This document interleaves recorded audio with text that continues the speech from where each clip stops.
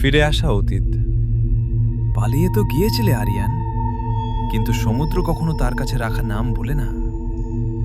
কথাটা যেন বাতাসে বলা হয়নি, সরাসরি আরিয়ানের মাথার ভেতরে কেউ ফিসফিস করল। আরিয়ান জমে গেল। ৭ নম্বর কেবিনের অন্ধকার কোণটা ধীরে ধীরে নড়ল। প্রথমে মনে হলো ছায়া সরে যাচ্ছে, তারপর ছায়ার ভেতর থেকে বেরিয়ে এলেন ডাক্তার ইমতিয়াজ। কিন্তু তিনি আর মানুষ নন। তার শরীরটা ফুলে ওঠা মৃতদেহের মতো বাঁকা, চামড়ার নিচে যেন কালো পানি ঢেউ খেলছে, আর তার চোখের ফাঁকা গর্ত থেকে অবিরাম লোনা জল পড়ছে মেঝেতে। টুপ টুপ টুপ। প্রতিটি ফোঁটা পড়ার সাথে সাথে জাহাজটা কেঁপে উঠছিল। আরিয়ান পিছিয়ে গেল, কারণ সে চিনে ফেলেছে গত বছরের সেই রাত, বরফ শীতল সমুদ্র, ডুবন্ত জাহাজ, শেষ লাইফ বোট। ডাক্তার ইমতিয়াজ তখন তার কবজি ধরে বলেছিলেন, আমাকে টেনে তোলো।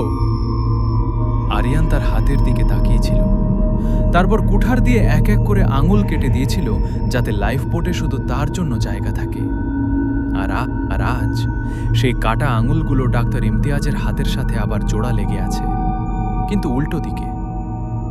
জ্যান্ত আয়না হঠাৎ করিডোরের দুই পাশের আয়নাগুলো একসাথে কেঁপে উঠল।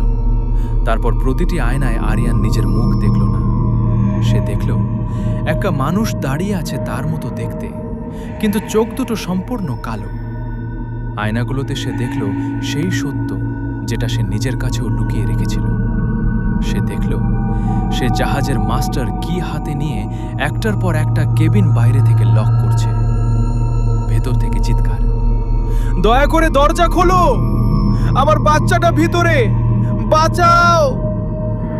আরিয়ান শুধু হাঁটছিল, শান্তভাবে, ঠান্ডাভাবে, কারণ সে জানত অন্যরা বাঁচলে তার বাঁচার সুযোগ কমে যাবে।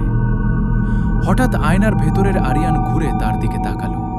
তারপর একসাথে সব আয়না থেকে একই কথা শোনা গেল, তুমি আমাদের মারোনি, তুমি নিজেকেই ডুবিয়েছিলে। শেষ বিচার রাত তখন ঠিক 2:35। জাহাজের প্রতিটি ঘুড়ি একই সাথে থেমে গেল।